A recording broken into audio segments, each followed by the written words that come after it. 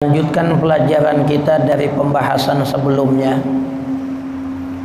Setelah menjelaskan biografi pemilik Nazam Syu'abul Iman, Syekh Zainuddin bin Ali bin Ahmad Al-Malibari.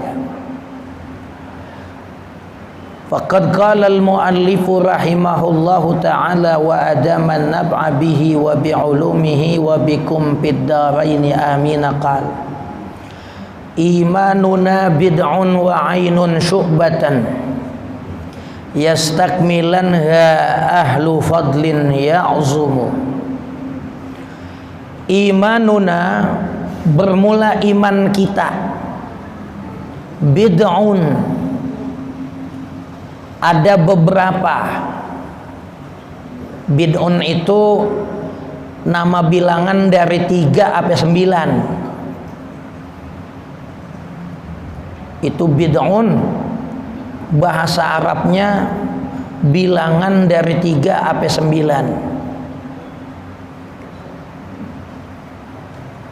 Iman kita itu ada beberapa, wa'ainun 70, syu'batan cabangnya. Jadi sesuai konteks hadis Nabi, iman itu ada 70 sekian cabang. Tapi karena Nabi yang nyebut itu bid'un wa ainun, bahasa ulama. Yang namanya ainun, huruf ain dalam bidang rahasia angka, huruf ya, asrarul huruf, ain itu artinya 70 dalam hisabul jummal. Abajadun, hawazun, hatiyun, sa'pasun, kilmanun, itu namanya bilangan angka, rahasia huruf, bilangan pada huruf. Ain itu 70.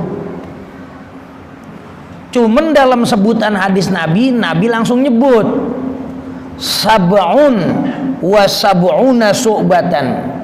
Yang namanya amaliyah iman itu ada 77. Jadi kitab ini mengurai, menjelaskan 77 cabang iman berikut keutamaan-keutamaannya, yang kalau kita amalin 77 semuanya dalam hidup kita, maka kita ini di sisi Allah tergolong orang yang punya iman sempurna. Kalau 77 kita amalin. Ini 77 cabang iman, amaliyah iman.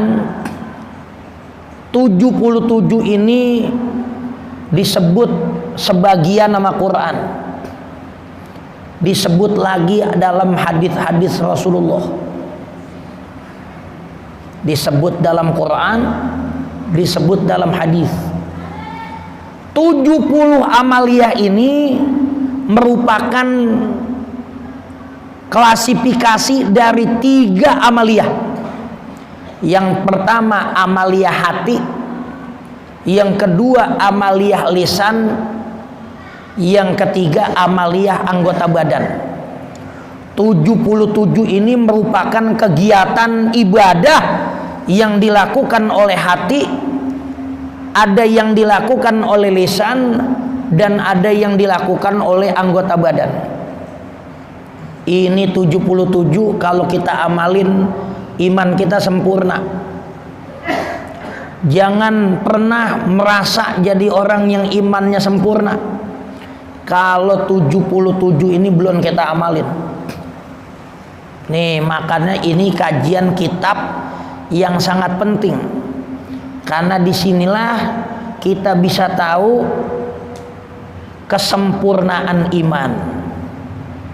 Amaliyah iman yang kalau kita lakuin menyebabkan iman kita sempurna. Cabang amaliyah iman kita sempurna. Yastakmilanha, yang akan menuntut kesempurnaan cabang iman itu ahlu fadlin, orang-orang yang dapat karunia, ya'zumu, yang besar. Siapa yang ngamalin itu, maka dia termasuk orang yang dapat karunia besar. Yakni yang dikehendaki oleh penazam, annal khisalal mutafarri'ata, perkara-perkara yang bercabang, anil imani, dari iman, sab'un wa sab'una, yaitu ada 77 yang dikata amaliyah. Kalau kita tinggalin berarti amaliyah iman kita berkurang.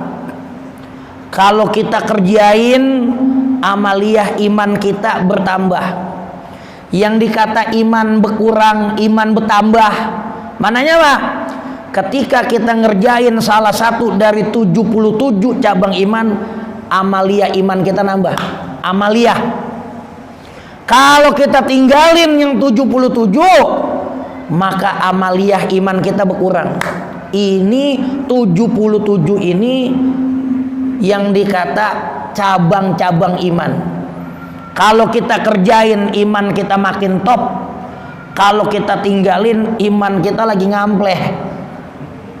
Nih, jadi iman itu kadang bertambah kadang berkurang dari sisi apa? Dari segi amaliyah. Bukan yang maknanya iman yang maknanya tasdik, iman yang artinya membenarkan adanya Allah. Kalau iman yang artinya tasdik, membenarkan Allah, nggak boleh kurang, nggak boleh kurang. Sebab kurang dikit aja jadi munafik, jadi fasik, wah itu batal. Yang dikata iman kadang-kadang bertambah kadang-kadang berkurang, ini amaliyah imannya. Dia ngerjain amaliyah iman itu tandanya imannya lagi nambah. Dia tinggalin cabang cabang iman itu berarti imannya lagi merosot. Bukan kaitannya iman yang maknanya tasdik. Ya, kemarin-kemarin dia ngaji tiba-tiba segen, kemarin-kemarin dia banyak sodako tiba-tiba ngasoh. Itu yang dikata iman lagi berkurang. Amaliyahnya mau bertambah mau berkurang dari segi amaliyahnya. Nih amaliyah yang 77. Kama qala sallallahu alaihi wasallam, sebagaimana Rasulullah sallallahu alaihi wasallam bersabda, al imanu bid'un wa sab'una syu'batan. Iman itu ada 70 sekian cabang. Fa abdoluha, yang paling abdul, utama, yang menjadi cabang iman itu apaan? Qaulu la ilaha illallah, yaitu seseorang mengucapkan kalimat la ilaha illallah. Dari 77 cabang amaliyah yang paling utama adalah ngucapin kalimat la ilaha illallah. Dalam sebuah riwayat, man qala la ilaha illallah wa maddaha, dia panjangin, la-nya panjang. Sebab la itu kan alif ketemu hamzah, ilaha tuh ketemu hamzah tuh, la, nih hamzah nih. Setiap huruf mad alif ketemu hamzah maka mad jaiz munfasil. La ilaha illallah, la-nya panjang. Siapa yang baca la ilaha illallah bacanya dipanjangin maksimal 7 alif. Kalau 7 alif berarti 14 harokat. Tuh 2, 3, 4, 5, 6 sampai 14. Nggak boleh lebih dari 14 harokat. Ya paling kagak ya apa 3 harokat, ya apa 5 harokat. La, panjang tuh. Wa maddaha, dia panjangin. Hudimat lahu arba'atu alafi danbin minal kabairi, maka akan Allah gugurkan dosa-dosa dia sebanyak 4.000 dosa besar. Kalau dia punya dosa besar, dia baca la ilaha illallah, maka dosa besar itu diampunin oleh Allah. Qila ya Rasulullah, sahabat pada nanya, ya Rasulullah, illam yakun lahu syai'un minal kabair, kalau orang yang baca itu dia nggak punya dosa besar, bagaimana ya Rasulullah? Yughfaru li ahlihi wa li jiranihi. Kalau dia nggak punya dosa besar, yang baca nggak punya dosa besar, maka ampunan itu Allah berikan buat keluarganya. Ada nggak keluarganya yang ngerjain dosa besar? Kalau keluarganya kagak ada yang ngerjain dosa besar, wali jiranihi, kebagian tetangganya. Siapa yang punya dosa besar? Oh, gara-gara orang ngucap la ilaha illallah sebanyak 4.000 kali. Assalamualaikum. Sip. Ya, 4.000 kali diampunin dosa-dosa besarnya. Alhamdulillah ya. Saban maghrib masjid musola pada jikiran. Itu enggak kudu dibaca satu tempat la ilaha illallahnya.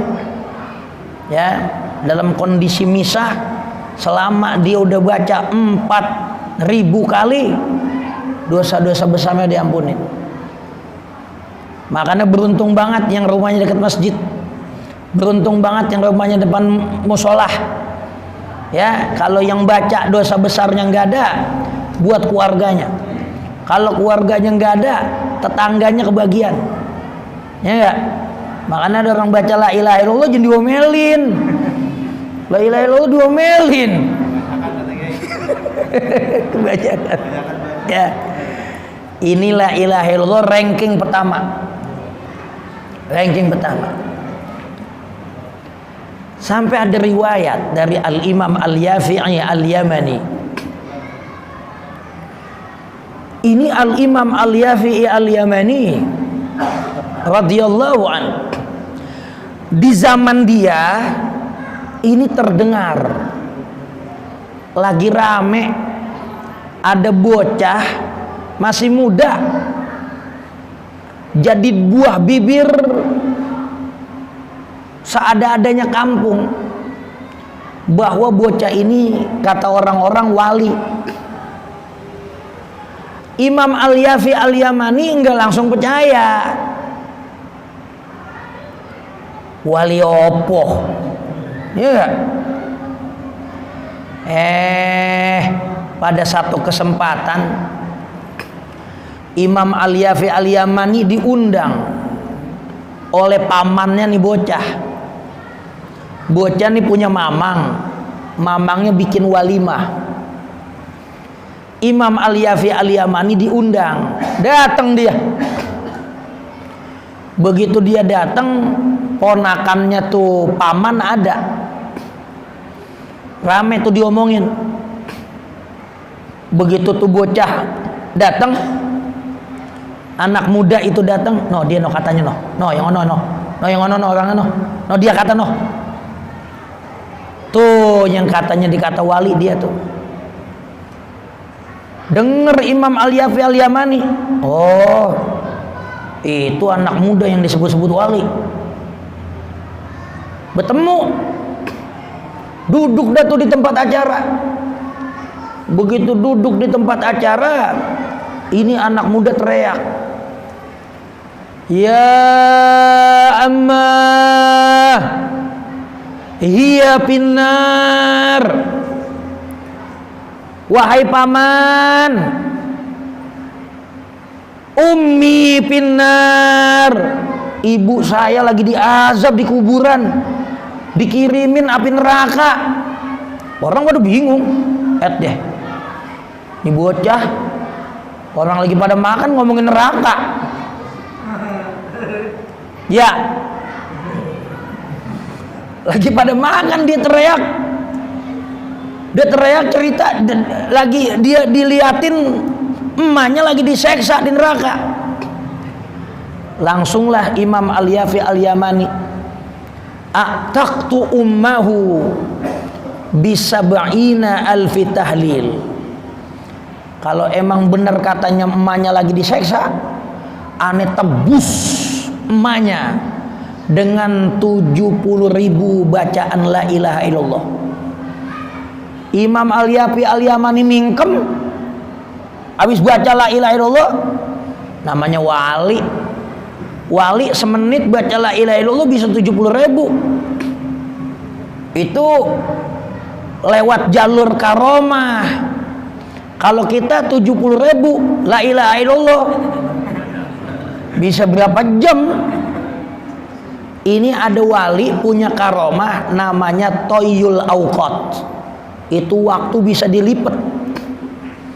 Ama orang ngerjain lama, ama dia cepet. La ilaha illallah 70.000 cuman semenit.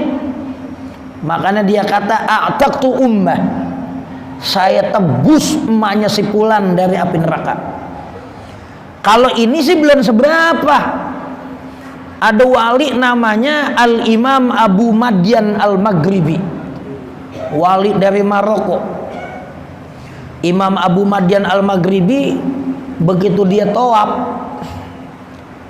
ya, begitu dia tawaf dari Hajar Aswad nyampe makom Ibrahim, kata dia apa? Tubtu bainal hajar wal maqam.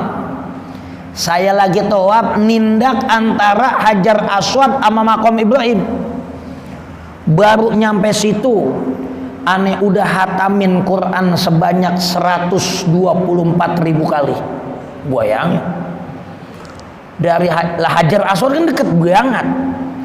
Ini Hajar Aswad nih, umpama nih segi 4. Lebelah sono udah makom Ibrahim. Dia punya karomah tawaf dari Hajar, begitu jalan tawaf dari Hajar Aswad sampai makom Ibrahim. Itu dia hatamin Quran sebanyak 124.000 kali. Kayak apa itu? Ya enggak? Kita seumur hidup Quran berapa kali yang hatam? Ini ada wali punya karomah, dia dari Hajar Aswad sampai makom Ibrahim 124.000 kali. Ini melalui jalur gaib, jalur karomah. Inilah balik lagi kita cerita Imam Al-Yafi'i Al-Yamani. Dia dengar ada anak muda teriak emaknya lagi diseksa di kuburan. Dia baca la ilaha illallah semenit 70.000 kali. A'taqtu ummahu, saya tebus emaknya dengan 70.000 bacaan la ilaha illallah. Begitu mingkem mulutnya tuh imam, bocah itu teriak lagi, ya Bushra wa ya Fauza, alangkah girangnya emak aneh udah diselamatin dari neraka gara-gara ada sumbangan tahlil 70.000. Tadi dia cerita emaknya lagi diazab, kuburannya dibukain ventilasi neraka. Begitu Imam Al-Yafi sumbangan ngasih hadiah 70.000, emaknya selamat dari seksa neraka yang dikirim di kuburannya. Kaget Imam Al-Yafi Al-Yamani. Kata Imam Al-Yafi Al-Yamani, dari peristiwa ini aneh dapat dua kesimpulan. Yang pertama, aneh yakinin hadis Rasulullah. Rasulullah ngomong, man qala la ilaha illallah sab'ina alfin kanat lahu fidaan minan nar. Siapa orang yang baca kalimat la ilaha illallah sebanyak 70.000 kali, maka la ilaha illallah itu akan jadi tebusan buat dirinya dari api neraka. Jadi baik dia baca buat dirinya atau dia hadiahin buat orang, maka orang yang baca dan orang yang dihadiahin Allah tebus dari api neraka. Kata Imam Al-Yafi Al-Yamani, ini ulama bertengkar masalah status hadis ini. Ulama hadis bilang ini hadis palsu, hadis made in, hadis odong-odong, sanadnya kagak jelas, kata ahlul hadis. Tapi hadis ini menurut ahli tasawuf, menurut orang-orang aulia di kalangan sholihin, ini hadis sahih.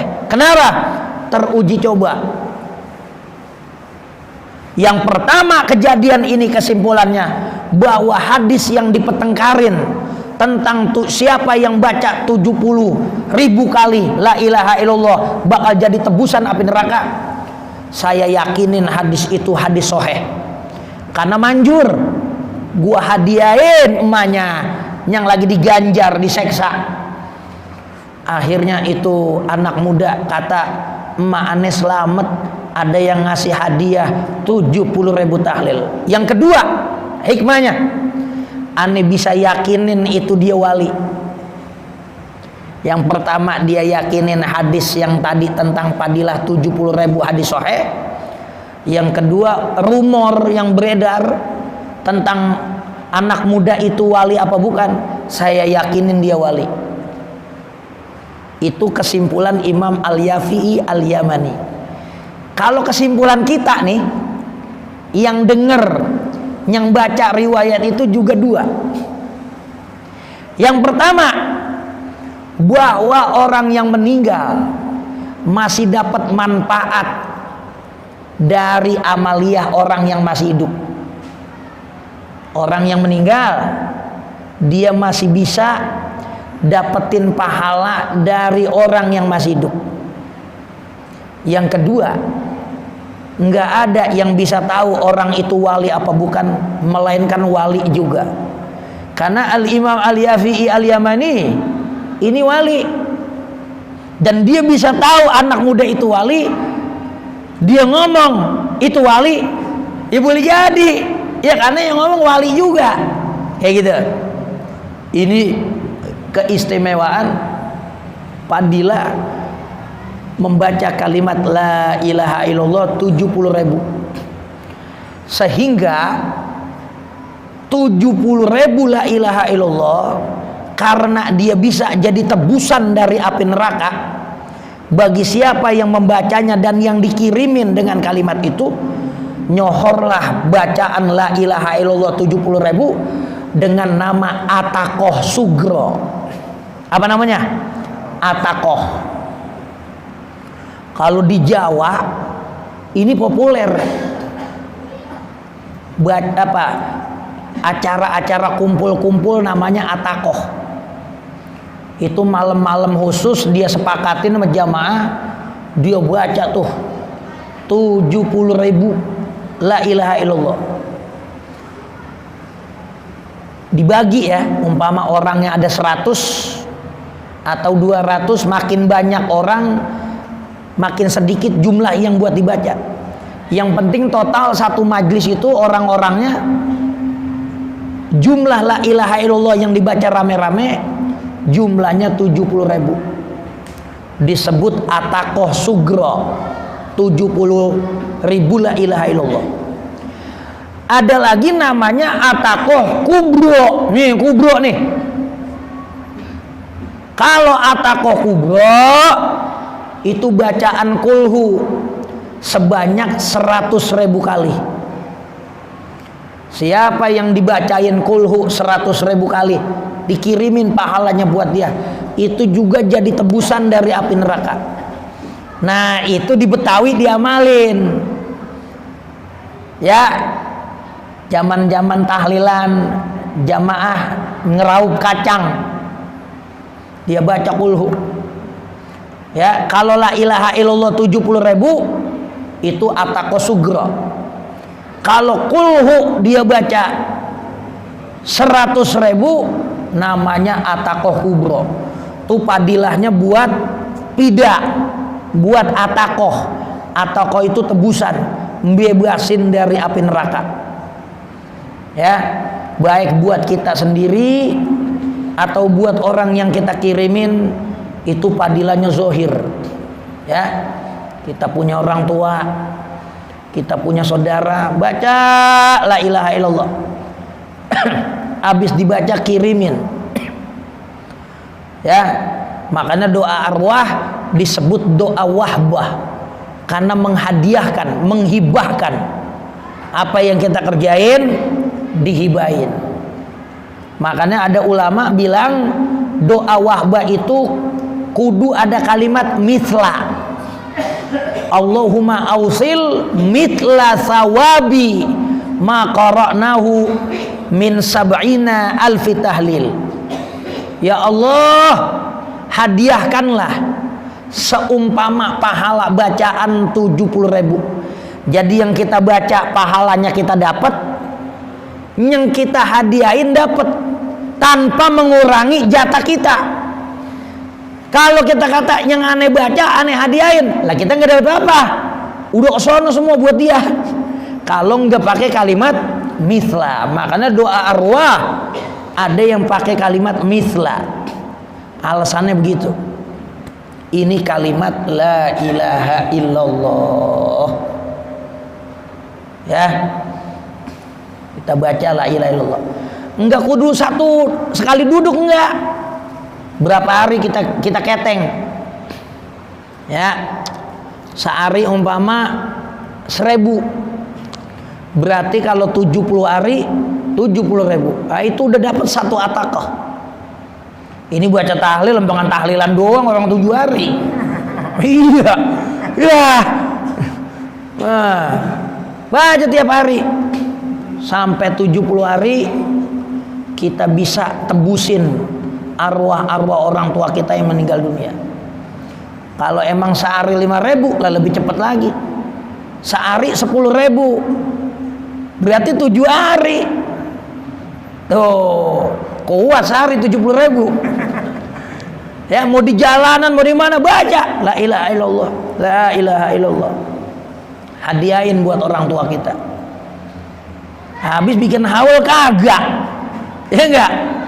Bikin haul kagak, apa kagak? Oh, itu yang kita bisa buat nyenengin orang tua kita biar selamat dari azab, biar selamat dari azab. Ini la ilaha illallah. Ada lagi Al-Imam Ibnu Arabi. Al-Imam Ibnu Arabi Al-Hatimi yang dapat julukan Asy-Syaikhul Akbar, guru besar di kalangan para ahli tasawuf. Ini Al-Imam Ibnu Arabi dicatatkan oleh Ibnul Imad dalam kitab Sazaratud Dahab fi akhbari man dahab. Ini Ibnu Arabi punya tetangga. Tetangganya ini tetangga yang interaksinya kurang baik.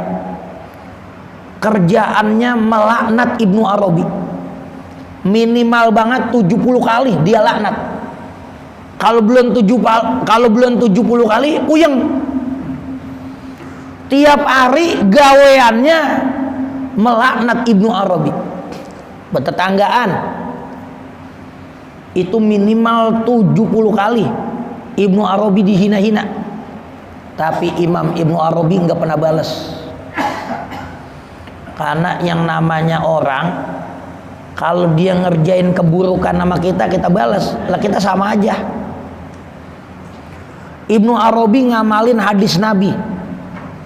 Kalau ada tetangga yang buruk, jangan ditimpalin.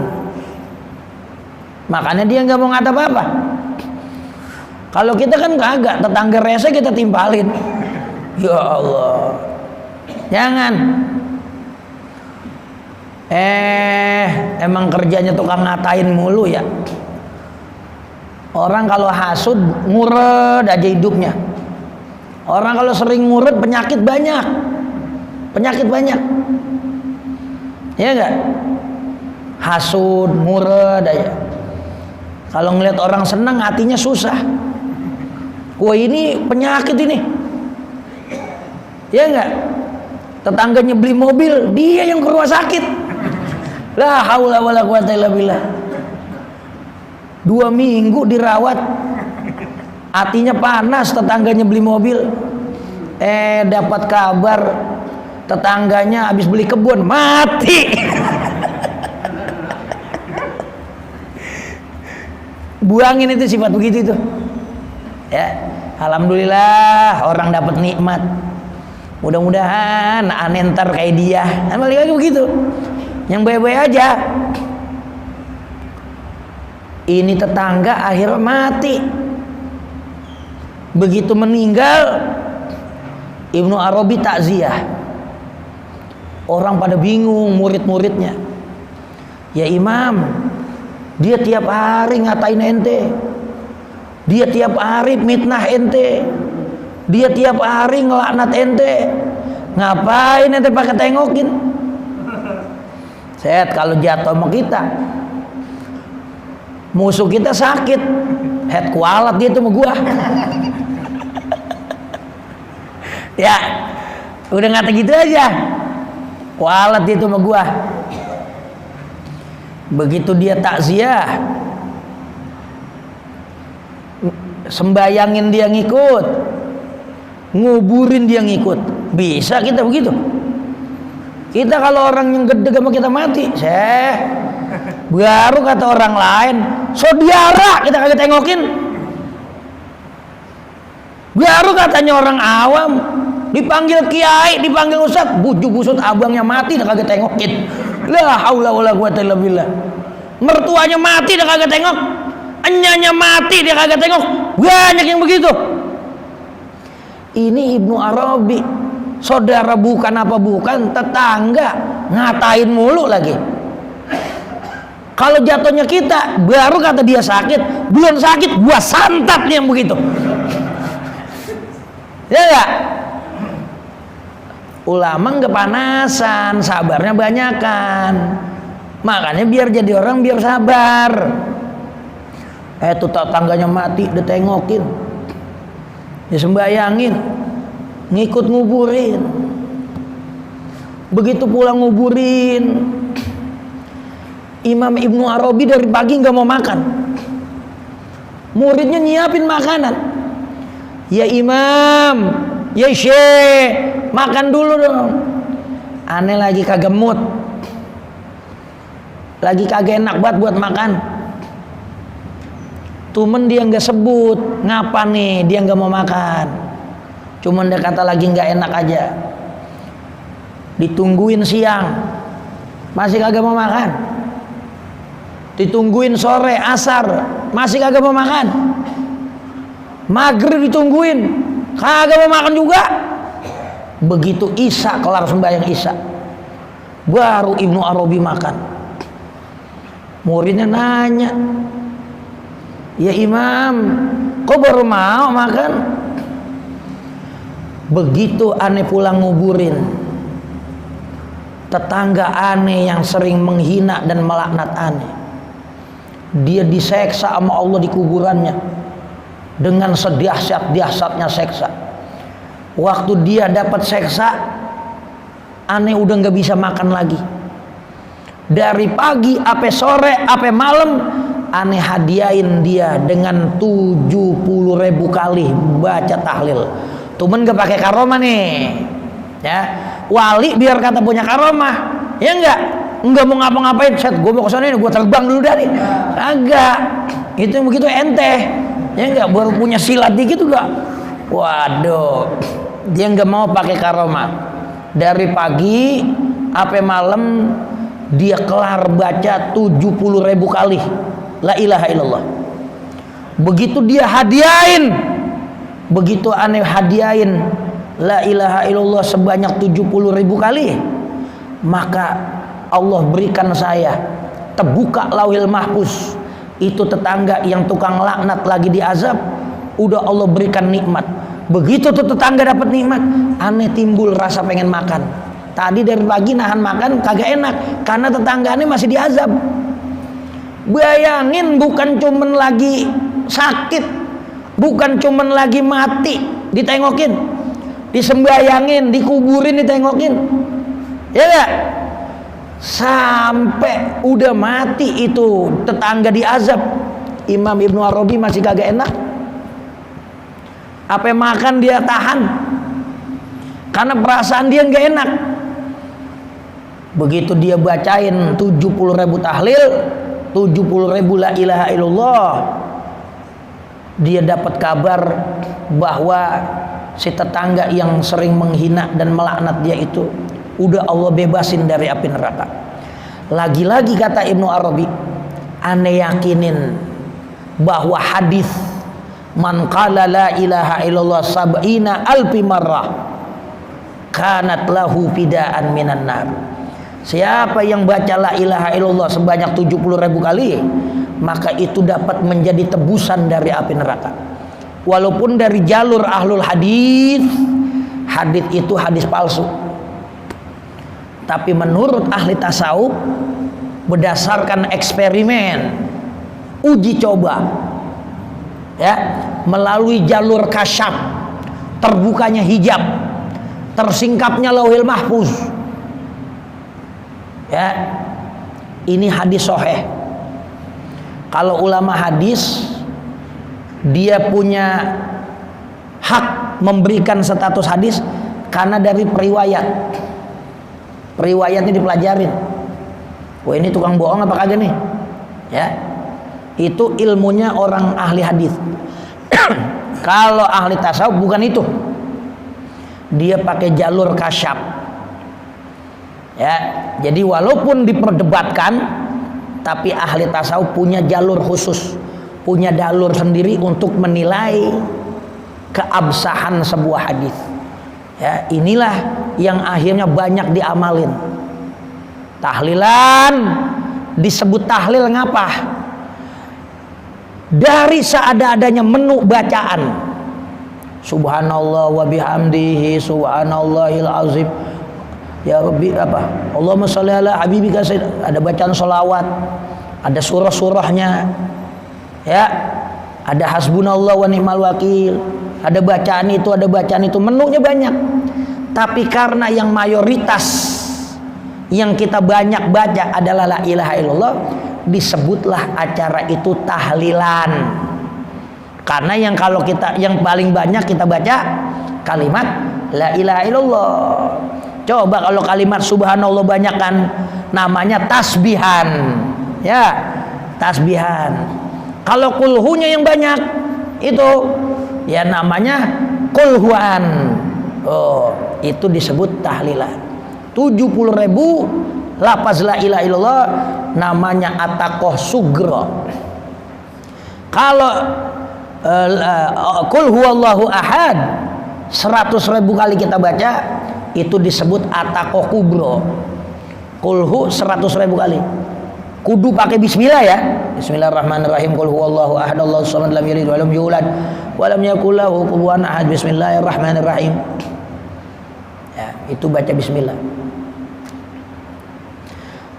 Wa afdaluha qaulu la ilaha illallah, yaitu perkataan la ilaha illallah. Wa adnaha imatatul ada, yang paling rendah adalah menyingkirkan kotoran, menyingkirkan benda-benda yang bawa bahaya. Ada paku di jalanan, ada beling di jalanan yang kira-kira orang liwat bakal kena bahaya di situ, singkirin. Ini termasuk cabang iman yang paling rendah. Yang paling tinggi ngucapin la ilaha illallah, yang paling rendah minggirin sesuatu yang bahaya buat orang. Ya, jangan jadi penebar paku, tukang tambal ban pengen untung banyak, geram sama paku di ahur. Wah, itu sih dilaknat itu. Ini ada cabang iman 77 amalia iman. Kalau kita kerjain, iman kita nambah. Semuanya kita kerjain, iman kita sempurna tuh 77. Yang paling tinggi kita ngucap la ilaha illallah, yang paling rendah kita nyingkirin benda-benda bahaya. Ya. benda-benda bahaya. Mudah-mudahan banyak manfaatnya. Al-Fatihah. A'udzubillahi minasyaitonir rajim. Bismillahirrahmanirrahim. Alhamdulillahirabbil alamin.